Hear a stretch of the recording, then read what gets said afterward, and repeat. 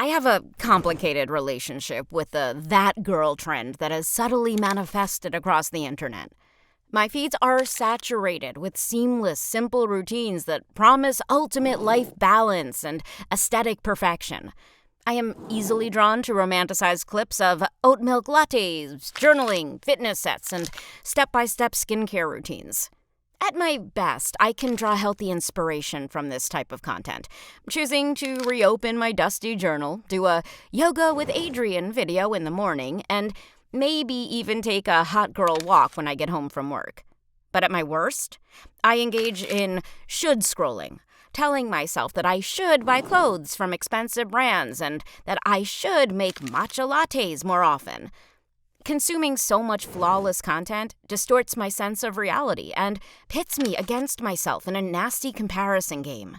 I won't go as far as to demonize this type of content because at the root of the that girl trend is a desire to be the best version of oneself. The self who gets up early, moves gracefully through a morning routine, checks off all her boxes for the day, and remembers to do her skincare at night. Like, who wouldn't want to be that? But here's the kicker. The best version of ourselves is not something that is externally validated. There is no one-size-fits-all routine or lifestyle that is uniformly the best. Being the best version of ourselves begins with listening to and expressing our needs, practicing loving self-talk, and accepting when something just isn't for you. I will never, ever love getting up at 5 a.m. I am in no way immune to the dark side of that girl content, so as we continue to consume the aesthetics and tenets of this lifestyle, here are some strategies to stay on the healthy end of this trend. Number 1, reflect before you scroll. In short, check your mindset before deep diving into a self-sabotaging scroll sesh.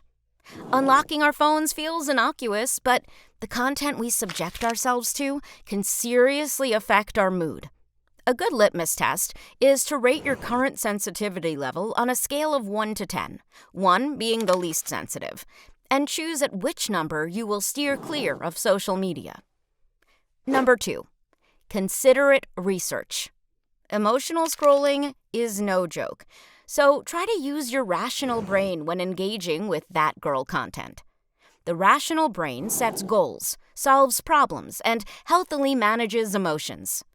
The emotional brain is based on impulse and feelings. Approach that girl content as if you are doing research, remaining as objective as possible as you search for practical ways to elevate your lifestyle. For example, if you want to find creative ways to drink more water throughout the day, use your rational brain to learn tips and strategies for increasing water intake, versus harshly comparing yourself to that girl, an emotional brain response. Number 3, watch for cognitive traps. I value the importance of understanding cognitive distortions. Everyone has unhelpful thoughts, and you can gain control over them once you recognize what they are. Some common examples of cognitive distortions are polarized thinking. I am so lazy for not working out this morning. Should statements. I should practice self-care every day. Emotional reasoning. I feel like a failure, so I must be one. There is no cure to get rid of cognitive traps, but if these types of thoughts arise as you watch flawless daily vlogs, try asking yourself, what would I say to a friend right now?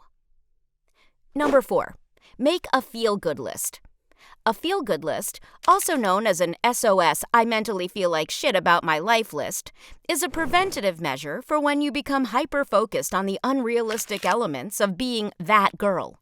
In the depths of my notes app, I have a list of things that make me happy, like watermelon, Lord of the Rings, classical music, and the color purple. These small reminders coax me away from self-criticism. Number 5, scroll with care.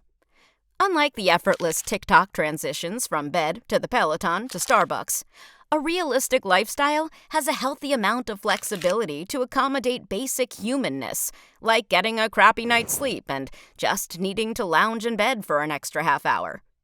It's good to remind ourselves that just like all trends, being that girl is usually unsustainable and accompanied by several forms of privilege, such as being able to afford the costs that come with being that girl.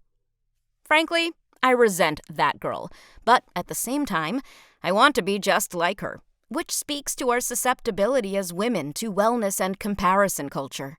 And that's not to blame the consumer. Self-improvement bombards us daily. Because success and wellness look different for everyone, it's a waste of time to reach for a refined and ultimately unrealistic version of self. If we are to glean any positive messages from the that girl trend, let it be to prioritize ourselves, enjoy the process rather than the goal, and create routines that feel right for us.